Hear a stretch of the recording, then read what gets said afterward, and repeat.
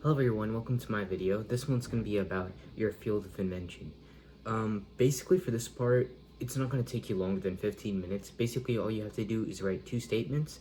The first statement is going to be describing your high-level field.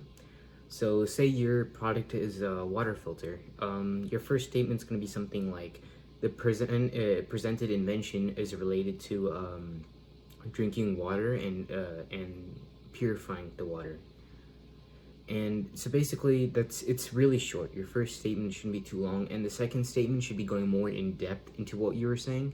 For example, you would say something along the lines of, in particular, this invention relates to a safer and natural method of filtering drinking water without using chemicals. You don't need to write more than 2 sentences, and I don't recommend spending more than 15 minutes because it's really not that hard of a part to do. However, if you are stuck on this part and don't have a clear idea of what you need to do, you can go ahead and search up inventions similar to yours and check out what they wrote. See you guys in the next video.